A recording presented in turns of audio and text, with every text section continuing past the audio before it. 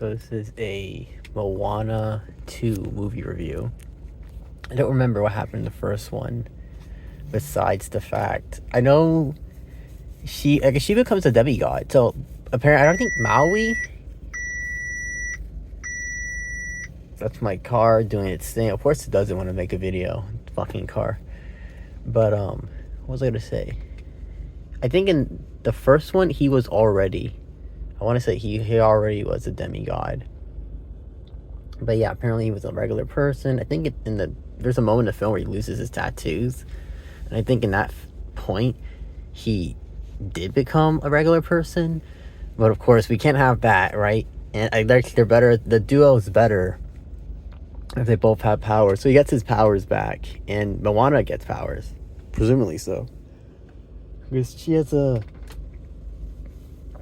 a tattoo now. Like Maui's tattoos glow blue, so I guess her color is gold. So whenever she uses her powers, her tattoo on her arm, I think it's her left arm. Think about it. I think it's her left arm that has the tattoos, but like they'll glow gold, and now she can do whatever. She's a wayfinder, which I guess is this like, I thought she was the villain. I guess she's not the villain. She's just got entrapped by the main villain, but he tells her, or like she tells Maui, like, oh, you made her a wayfinder, so this like involves her now. This whole, what is Maui? They do establish why he goes in the cave. Well, we think it's a cave or something. We find out it's a clam. It's a giant clam monster thing. There's also this scene in the film where there's this coconut, the kukumora. I think it's kukumora. I think that's actually what they call them. I think they call them kukumora. There's like coconut talking people, and like little coconut minions. They're like kind of like the minions, but like they're coconuts. But they're not annoying though. Actually, but they're like likened onto the minions, right? They can be like an evil villain has this kukumora that help him do evil stuff, but no, in this film, I thought this was kind of funny, right? There's this scene where there's like the ship that's like they have this giant ship conglomerate thing, and they cut a piece off of the ship. I don't know if maybe there were kukumara on it. I don't know. Maybe it was to demonstrate something, but they let it float into the clam's mouth, and then it gets destroyed. And I'm kind of lost, like, why? Maybe I missed the context in that moment. Why did we cut that piece off and let it drift? I don't know, but we did. And then what else happened in this film? I'm trying to think. What else occurred in this movie? Yeah, in that same sort of scene with the Kukumora, they cut the ship off. I like when their ship's about to go down, so they go inside, and the idea was to jab the muscle. Like, it would be too easy, right? Obviously it was going to be too easy to jab this particular, because this girl, I don't know how she knows the terminology. She's like an engineer, but somehow she knows the terminology of clams or something, and she said, oh, there's like a certain muscle. If you just hit that muscle, it should like take down the whole thing, theoretically. And so she does, they discover the muscle actually like it has like a target, right? It says like, hey, I'm the muscle you want to hit. It starts blinking, and you're like, okay, but obviously it's like too easy. It's too easy to win that way. And so that doesn't happen. That doesn't go as planned. And when the ship's they're like about to go inside the clam's body or whatever. And I thought this thing was kind of funny. But I liked how it was played out, and because they do the Kukumora people, they do this like hand, chest thumping thing to show respect for the warrior. And so like, Moana, she grabs onto the rope on the sail, and the idea is like, okay, well, everyone's gonna grab onto this rope, and we're gonna pull ourselves back to the Kukumora ship. But then the solo Kukumora that came to throw, actually, I think that one jumped down with a spear, because they had like, and this is kind of funny, she dropped the spear, and the friend said, oh, I have a backup. Boom. Oh, it's a good thing I have a second. Boom. Well, you can never go wrong with a third. And she said, well, now having a fourth one, that would just be silly, if I had a fourth one, because who would have thought I would have lost all three, just let alone the second one. But no, he cuts the rope. I think it's a male. I don't know. They even gendered, actually. But the Kukumora looks at the rope and connecting it, because like drag both ships with it, and it does the the kind of salute and it cuts the rope. Actually, he says, and I think basically the sacrifice, you have to have some honor for it. Actually, I know that the old man character, he gets upset like, "Oh, you stupid Kookaburra, this is your fault. Now we're stuck in the clam." But like, I had to cut it. Y'all saw what's happening. They gotta take both of the ships, and said, "Well, there's no point in like people dying." So I had to cut that shit, and the Kookaburra did that, right? Cut the rope, and their ship fell down. Your ship actually stays intact, unironically. Their ship never. There's a scene where their ship gets, I guess, somewhat battered, but it's still floating. It's still good as far as I'm concerned. But we need something. When they have the dance number with, what's it called? Maui and Moana are doing their dance number because she's feeling sad and down, and of course he's like, "Oh, I gotta cheer you up."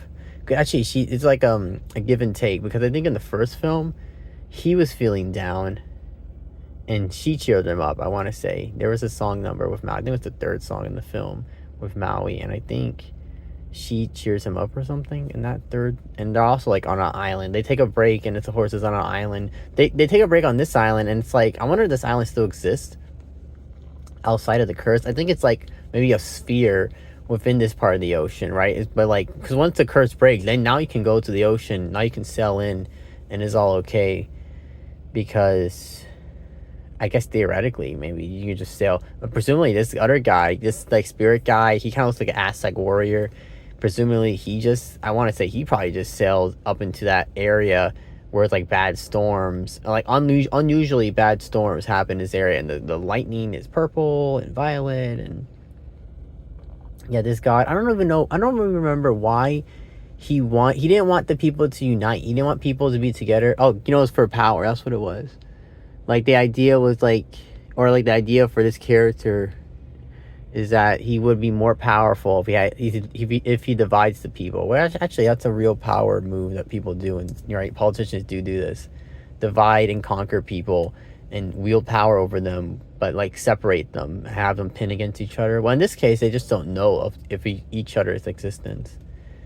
And Moana, she has to unite the people because the future of her village is like nobody's there, everyone's dead, I guess. And maybe the idea is like inbreeding. Maybe the gene pool is kind of limited. It's a little limited. The knowledge, the people that we don't progress, that's part of how evolution of peoples. We know we're like 2,000 years in the past, because Maui says, that's a joke, that makes sense. He mentions butt dialing, right? Oh, how they call you? Something about calling. And he said, that's a joke, that makes sense in 2,000 years. So I guess that's the kind of gives you a reference point of like, we're like way far in the past, theoretically, in this timeline and in this movie. And so yeah, that's maybe that's kind of how her people would evolve and like grow and gain new knowledge, will be through discovering other peoples. Of course, towards the end of the film, like, obviously it had to be convenient in that way, right? That towards the end of the film, she does the horn, and you can see the horizon. There's like nobody there, and then boom, all of a sudden the ship appears, and there's people there, and then another ship appears, and there's people there, and actually these people are like really happy. And then there's a bunch of other ships because she like did the horn thing, and like, I guess maybe everybody was like chilling around the area because they all had a map. Maybe they're wayfinders too. And they also heard like, this is the, if you go like in this particular geographical location, this is where it should be, the island, whatever. I mean, that's the idea with it. I don't know, but it was a good film. It was a nice watch. I mean, it's a typical Disney movie, right? So it has the song number. I don't count how many songs. None of them particularly stuck out to me in particular all that much. There is one main song, though. We know it's our main song because it plays again a second time. And I like that they have traditional songs. They have like songs that are in, I don't know what language it is, because I'm not sure if she's supposed to be Polynesian. I think she's supposed to be a Polynesian. Either a Polynesian or a Melanesian. Or not Melanesian, Micronesian. Because I think like the God guys, I think the Micronesia, that's a little further.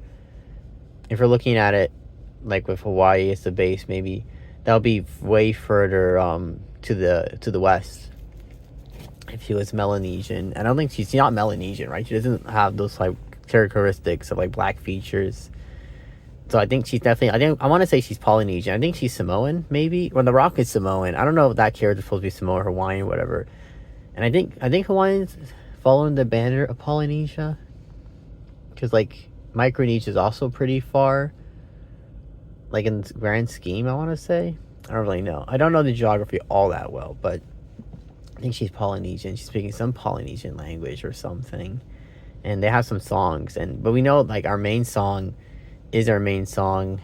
If you didn't get it in the beginning, because I didn't really catch it in the beginning, I guess it was a big song, because this is the song that she sings when she's got to set out to sail. There's actually a funny scene in this movie, which there's a scene where she gets on the boat at nighttime. She's following the spirit ancestor guy in the water. I'm like, oh, okay, maybe she just left without saying goodbye. But then we come back, during the song, we come back to land, and we can see her doing the whole ceremony to leave the island type thing.